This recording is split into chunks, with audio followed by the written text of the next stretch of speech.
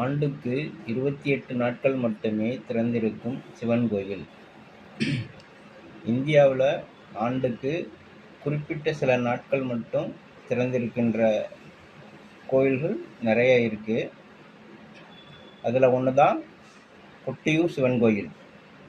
இது கேரளா மாநிலம் கண்ணூர் மாவட்டத்தில் இருக்குது.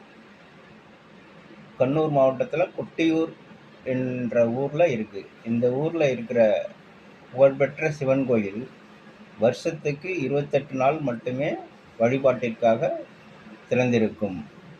இதோட வரலாறு பார்த்திங்கன்னா, பார்வதி தேவியோட தந்தை தட்சன் இவன் சிவபெருமானை அழைக்காமையே 2 பெரும் வேள்விகளை வெற்றிகரமாக நடத்தினான்.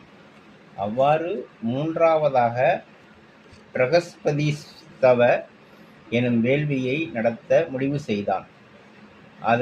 அதில் கலந்து கொள்ள சிவபெருமானை தவிர தேவர்கள் என மற்ற அனைவரையும் அழைத்திருந்தான். தன் தந்தை நடத்தும் மாபெரும் வேள்வியில் தன்னுடைய கணவனான சிவபெருமானை அழைக்கவில்லையே என்று மிகவும் வருந்தினார் பார்வதி தேவி. அதே நேரம் அந்த வேள்வியில் கணவருடன் கலந்து கொள்ளவும் விரும்பினார் பார்வதி தேவி.